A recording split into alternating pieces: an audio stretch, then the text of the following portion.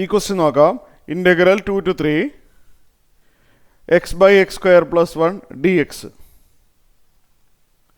നമുക്കിത് എങ്ങനെ ഇൻ്റഗ്രേറ്റ് ചെയ്യാം? Integral 2 to 3 x/x² + 1.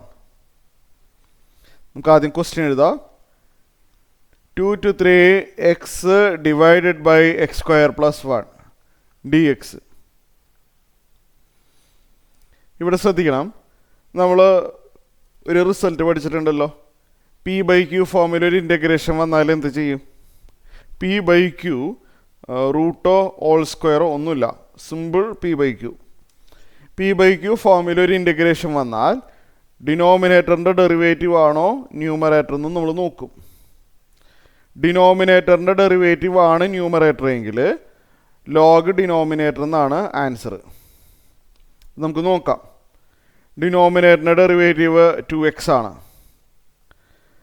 ഇവിടെ ന്യൂമറേറ്ററിൽ 2xൽ ഒരു 2ൻ്റെ കുറവുണ്ട്.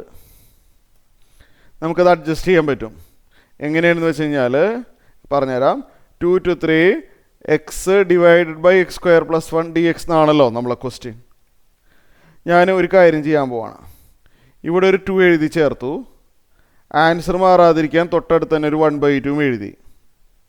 വ്യത്യാസമില്ലല്ലോ. 2ഉം 2ഉം വെട്ടിപ്പോയി കഴിഞ്ഞാൽ സെയിം തന്നെയല്ലേ വരുന്നത്.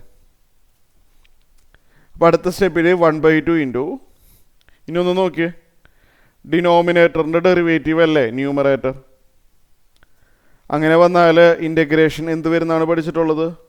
Log denominator. ലോഗ് x² + 1 എഴുതി, താഴെ 2ഉം മുകളിൽ 3ഉം. അപ്പോൾ അടുത്ത സ്റ്റെപ്പിൽ 1/2 ഇൻറ്റു എക്സിന് 3 കൊടുക്കുക. ആദ്യം അപ്പർ ലിമിറ്റ് 3 ആണല്ലോ. എക്സിന് 3 കൊടുത്തു കഴിഞ്ഞാൽ ലോഗ് 3² + 1ഉം മൈനസ് ലോഗ് ലോവർ ലിമിറ്റ് കൊടുക്കുക എക്സിന് 2² + 1 എന്ന് കിട്ടും.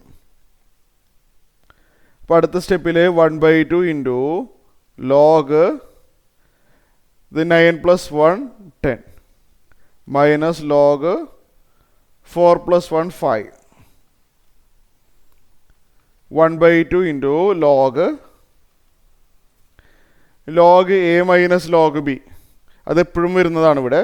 Log a minus log B log a/b ആണ്.